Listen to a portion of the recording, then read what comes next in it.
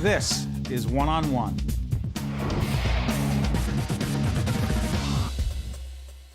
Hi, I'm Steve Adubato, coming to you from the Tisch WNET studios right here in Lincoln Center. Let me introduce you to one of the greatest, one of the best sports writers in the country.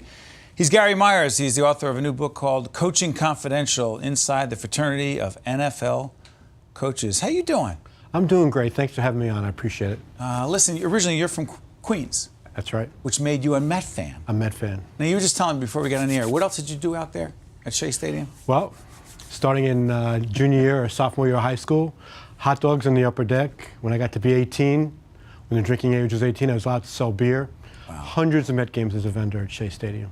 Love it. By the way, give everyone a sense of your background before writing this book. You wrote some other great stuff, and people can read you on a regular basis. New York Daily News. Been doing that since 1989. Before that, I worked for the Dallas Morning News covering the Cowboys. This is actually my second book. I did a book 3 years ago called The Catch, which was about the 1981 NFC Championship game between the Cowboys and the 49ers, Dwight Clark's famous catch. Yes. The Catch. The Catch. And so that book explored how that game changed the fortunes of two franchises and changed the lives of many of the players who played in that game. Plus, people can catch you on Yes. Yes Network once a week during the football season. This Week in Football. We've been doing that since 2002. And as I mentioned to you before that, 13 years with HBO when they had Inside the NFL. All right, stop plugging. Okay. I'm only kidding. I asked you to do that. Hey, listen, talk about plugging. This is good stuff. One of the things about the book that I want, by the way, you don't have to be a football fan to read this book. All of our audience on public television, this is a good book because it's about people and relationships. Talk to us about the Bill Parcells, Bill Belichick, and Pete Carroll connection. What the heck is that about? Well, those were the three coaches who have worked for Robert Kraft, the Patriots owner. Right. So what I did to... Up in New England. In New England with the Patriots, right. A couple years ago, I went up and had dinner with Kraft with the sole focus being his relationships with three very high-profile coaches, but three really diverse personalities. He inherited Parcells when he bought the Patriots in 1994 and thought it was the greatest thing ever to inherit this iconic coach who had won a couple of Super Bowls with the Giants, but he soon found out that the view of Parcells up close was much different than when he was just a Patriots fan, and it didn't take long for them to have a lot of friction in their relationship. Pete Carroll replaced Parcells when Parcells went to the Jets, and Kraft was looking for a personality that was completely different than Parcells. Parcells very overbearing, a control freak. Pete Carroll, one of the nicest guys in the business, but he didn't win enough. And then Kraft went and hired Bill Belichick, who was, for a long time, Bill Parcells' right-hand man, and in a way, kind of a compilation or a cross between Parcells and Carroll is Bill Belichick. Interesting. Why write this book? There's so many football books, but no books about the NFL coaches fraternity. Why? Well, I'm glad there hadn't been because it gave me the opportunity. But why write the book? And what caused you to say, hey, I want to write about these guys? Why hadn't anybody done it? No, well, I mean, I'm curious about that too, but why did you say, hey, I want to do this? Because, you know, Steve, there's been a lot of books about coaches, autobiographies, told to books, that kind of stuff. And those were where the coaches were more in control of the content. I really wanted to get into the personalities. This book has nothing to do with X's and O's. There's not a lot of strategy in this, or what coaches drawing up game plans. It's more about their relationship with their owners, with their quarterbacks, with their assistant coaches, with their families, how it affected their families, and these ridiculous hours these coaches work because they're so paranoid and afraid the next guy is working till 2 o'clock in the morning, so he's got to work till 3 o'clock in the morning. They are paranoid. Oh, the coach is very paranoid. Paranoid about what? Paranoid they're being outworked, which would lead to them losing the next game on Sunday, which would lead to them getting fired. And by the way, speaking about the relationships, Tony Dungy and Andy Reid. Right. Talk about that connection in terms of family loss. Well, Tony Dungy's son in 2005 committed suicide when he was just almost 19 years old. Andy Reid's sons in 2007 both were arrested in traffic-type situations where drugs were found, and they both wound up going to prison. Unfortunately, Reid's oldest son passed away this summer, and the coroner's report came out in October in which they said it was an accidental overdose of heroin. But when I spoke to Reed, it was prior to his son passing away, but at that point, his sons were recovering, drug addicts, I guess you would say, and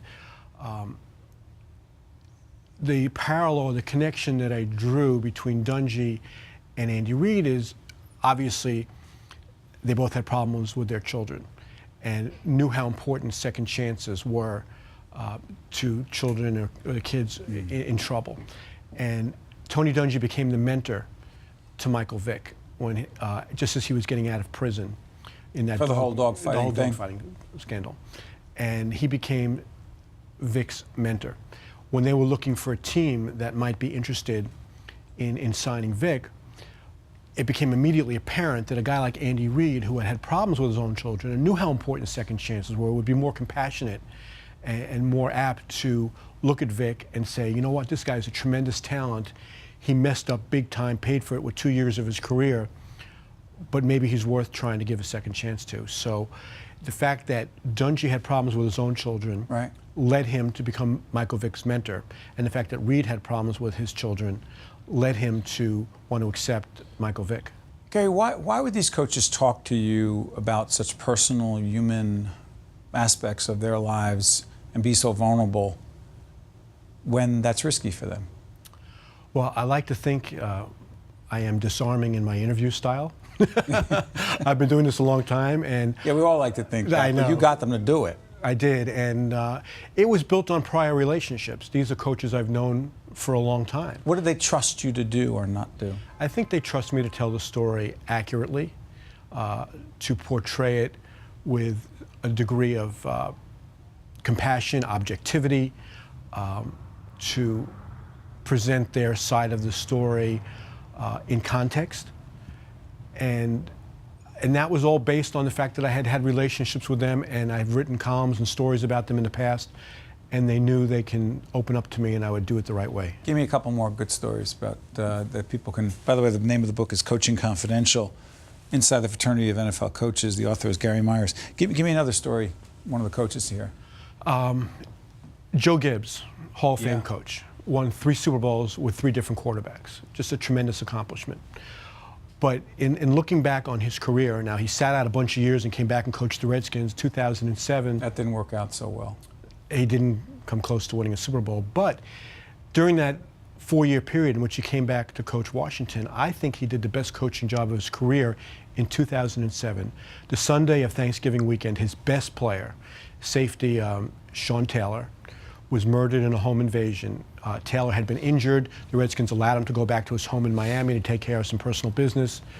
People who broke into his house clearly didn't think he was home because they thought he'd be with the team, which was in Tampa that weekend. And he was shot in the leg, and eventually, a day or so later, he died. The first game after Taylor died, the Redskins lost. The day after the game, they flew as a team to Miami for the funeral. And a couple of days after that, they had a Thursday night game and they beat Chicago, and they got on a tremendous run where they made the playoffs. They won their last 4 games. And when I evaluated the situation and thought about, there's nothing in the coach's manual to say to these coaches, how do I hold the team together when our best player has been murdered and I have a team that's completely heartbroken because he was a very popular player in the locker room? So I spoke at length to Gibbs about how he held himself together, because he is a very religious man and is very close to his players, and how he kept his team, to properly honor their fallen teammate, but also knowing they weren't going to cancel the games, and to honor the team, Sean Taylor, by winning the games, and they made the playoffs that year. It's funny how people measure success, and it says a lot about you that you saw that was a way to measure success in a way that some of your colleagues may not have. It's one of the many reasons to go out and purchase and read Coaching Confidential, Inside the Fraternity of NFL Coaches by Gary Myers, one of the best sports writers out there. Listen, thank you very much. Appreciate you coming in. Thank you. All the best. By the way, this is Gary's first interview that he's doing on the book. We picked the right place. Stay with us. We'll be right back right after this. Thank you, Gary. One-on-One with Steve Adubato has been a production of the Caucus Educational Corporation, celebrating 25 years of broadcast excellence. This special edition of One-on-One with Steve Adubato is brought to you from the Tisch WNET studios at Lincoln Center. Funding has been provided by Hackensack University Medical Center, Berkeley College, TD Bank, QUALCARE Inc., a local managed care company covering 750,000 New Jersey residents, the law firm of Gibbons PC, Verizon Communications, and by the Russell Berry Foundation. Promotional support provided by the Star Ledger and NJ.com, Everything Jersey, and by the New Jersey Business and Industry Association and its monthly magazine, New Jersey Business. Transportation provided by Airbrook Limousine, serving the metropolitan New York, New Jersey area. One-on-One with Steve Adubato has been produced in partnership with St. Joseph's Healthcare System.